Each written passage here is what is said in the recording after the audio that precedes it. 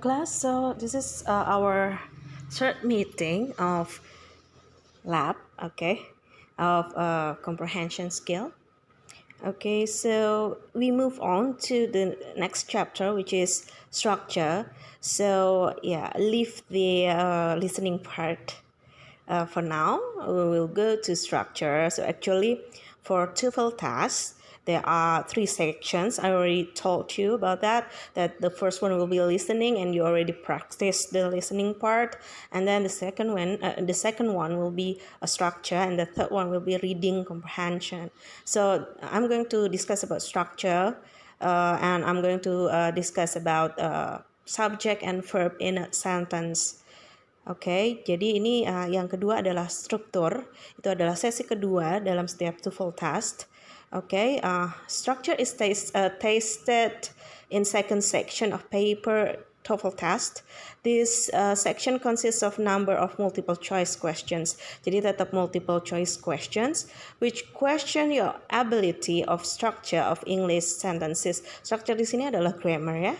So it also includes questions of error recognition and written expression. There are 2 types of questions in the structure and written expression section of the paper TOEFL test. The first one is structure. Question number 1 until number 15, nomor 1 sampai 15, itu consists of 15 sentences, terdiri dari 15 kalimat, in which part of each sentence has been replaced with a blank. Jadi kamu nanti fill in the blank. Fill in the blank itu mengisi titik-titik atau blank yang ada di dalam kalimat tersebut. You must choose the answer with the correct grammar. Jadi nanti kamu pilih dari multiple choice itu, dari ABC-nya yang mana yang paling benar secara grammarnya. Lalu the second part dalam structure ini adalah written expression.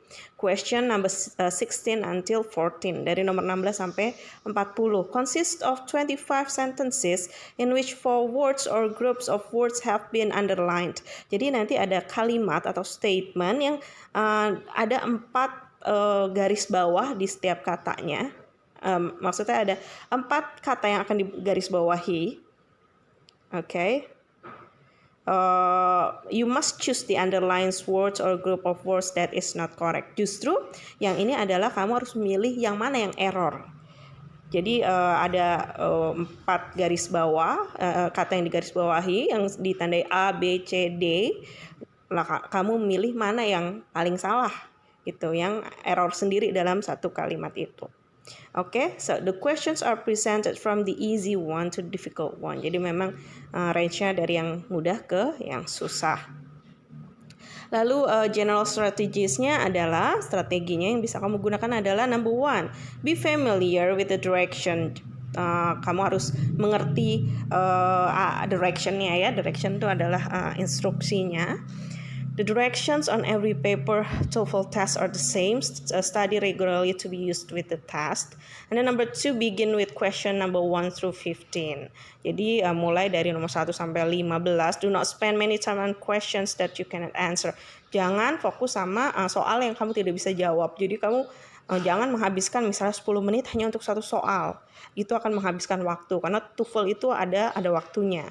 Gitu. Kalau kamu belum selesai dan waktunya sudah habis, kamu tidak bisa meminta tambahan waktu. Jadi jangan fokus di yang susah, soal yang susah gitu. Continue with the questions number 16 through 40. Check your answer, and for questions you cannot answer, try to guess to complete the answer since there is no penalty for guessing ya. Jadi lalu lanjutkan nomor 16 sampai 40. Jika ada yang belum diisi karena tadi susah, kamu skip dulu. Lihat lagi lalu isilah gitu, karena tidak ada pengurangan nilai, jadi lebih baik diisi semua. The best method of improving your English grammar is by studying the formulas and sample sentences, then do exercise at the end of each section. Nah ini adalah subjek. Ini ada table di sini. Table di sini adalah kalimat subjek, adalah elemen dari kalimat. Kalimat itu harus ada subjek dan verb, itu yang paling penting. Sebuah kalimat tidak ada complement atau modifier, itu tidak apa-apa. Tapi kalimat tidak ada subjek, itu bukan kalimat. Kalimat tidak ada verb, itu bukan kalimat. Jadi paling dasar struktur sebuah kalimat adalah subjek dan verb. Verb itu kata kerja. Subjek dan predikat kalau dalam bahasa Indonesia. Oke, so ini subjeknya kamu biasa lihat ini satu kalimat. Mary and I cooked broccoli soup yesterday. So subjeknya adalah Mary and I. Lalu verbnya adalah cooked. Lalu complementnya adalah, complement itu adalah keterangan ya. Itu adalah broccoli soup and modifiernya yesterday. Complement itu bisa juga objek. Jadi complement itu ada objective complement. Nah, yang kita sebut sebagai objek itu adalah objective complement, something like that. Oke, lalu ini ada the structure questions. Ini contohnya seperti ini ya. Untuk yang nomor 1 sampai 15 ini jenis soalnya seperti ini.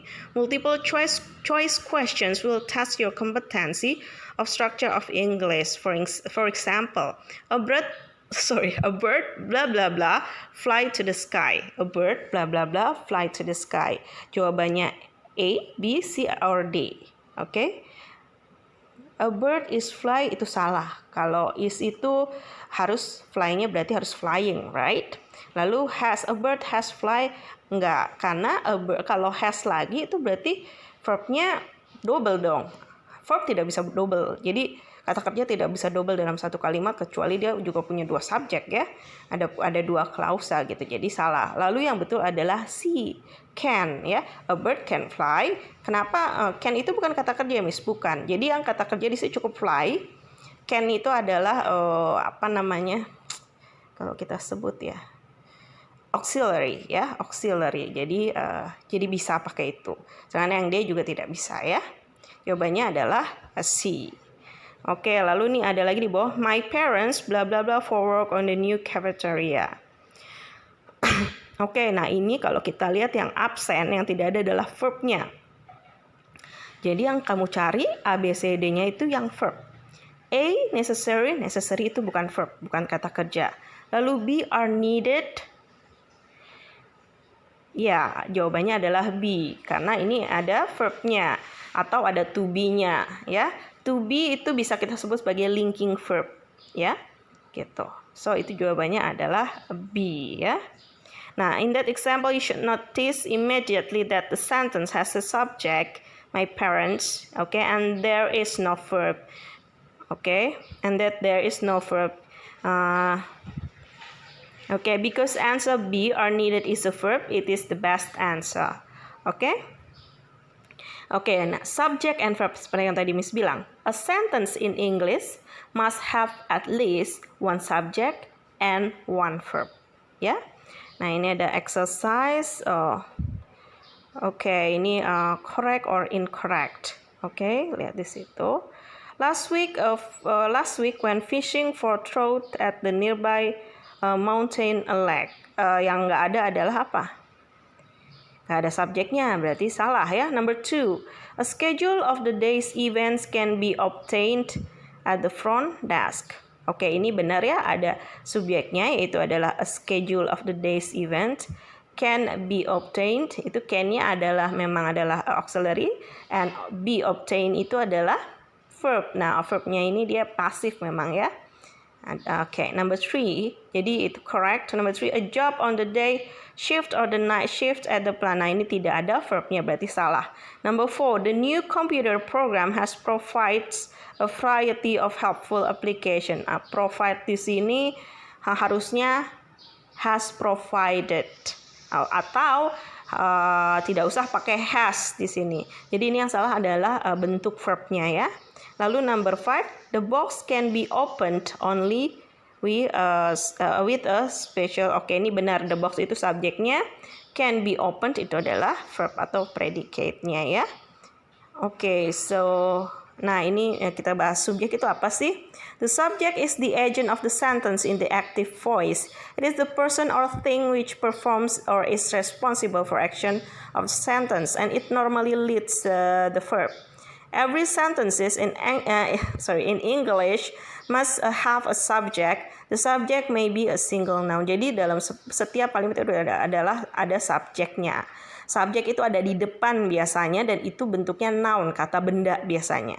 Bisa kata benda, bisa orang atau benda gitu ya. Nah, dia adalah subjek ini adalah yang memimpin kalimat gitu. Oke?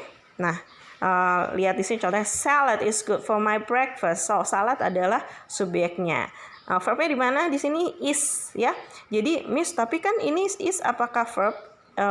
Oke, is itu bisa menjadi pengganti verb atau kita sebut sebagai linking verb atau bisa kita sebut sebagai pengganti verb seandainya memang tidak ada verbnya di situ.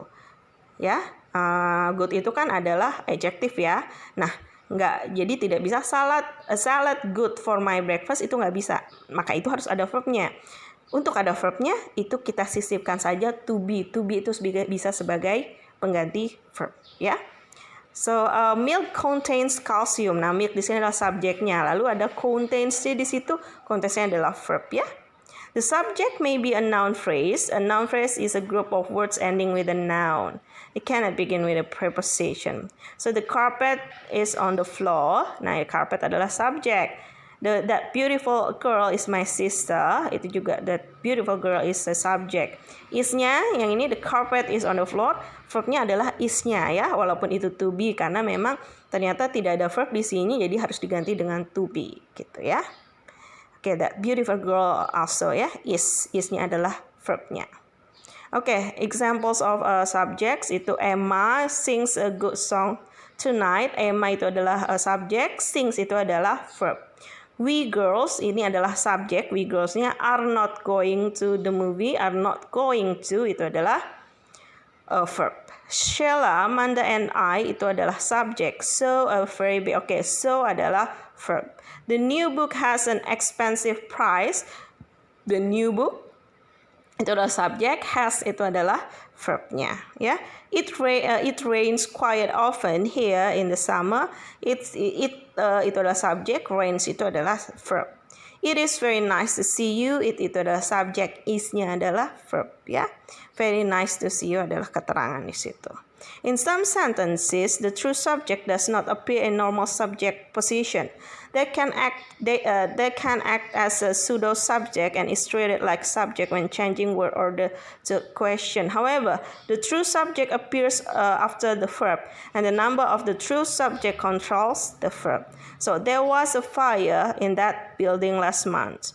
So jadi di sini subjeknya tenang ada di belakang ya. There was itu adalah verbnya. Was adalah verbnya. A fire-nya itu adalah subjeknya.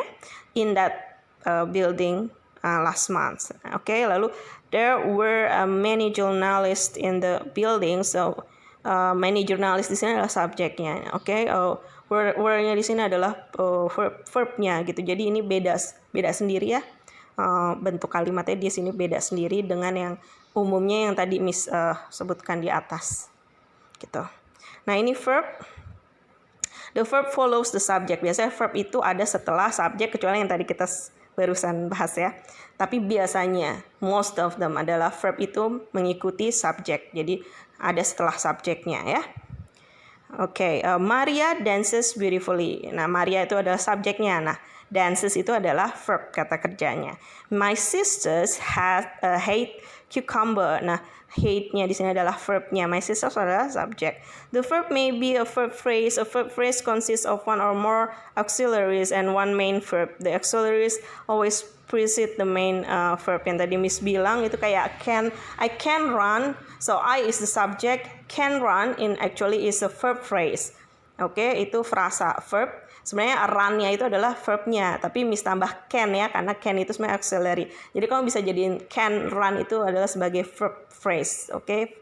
Frasa kata kerja gitu. Oke, Kira has been living di sini adalah verb phrase ya. Gitu. Examples of verbs and verb phrases. Lihat di bawah sini. She will open the door. Will open adalah verb phrases karena dia ditambah auxiliary sebelum verbnya. George is so polite. Is itu adalah verb biasa saja, oke, verb. Oke lah, we have watched adalah verb phrase dan it was raining adalah verb phrase. Oke, jadi sebuah kalimat harus ada subjek, harus ada verb. Oke, nanti di forum tolong kerjakan soalnya, yaitu kalian disuruh membuat sebuah kalimat, ada 3 buah kalimat kalian sendiri dan diberi tanda subjek yang mana dan verbnya yang mana. Okay, so I guess that's it. I hope it is clear. Thank you for watching this video.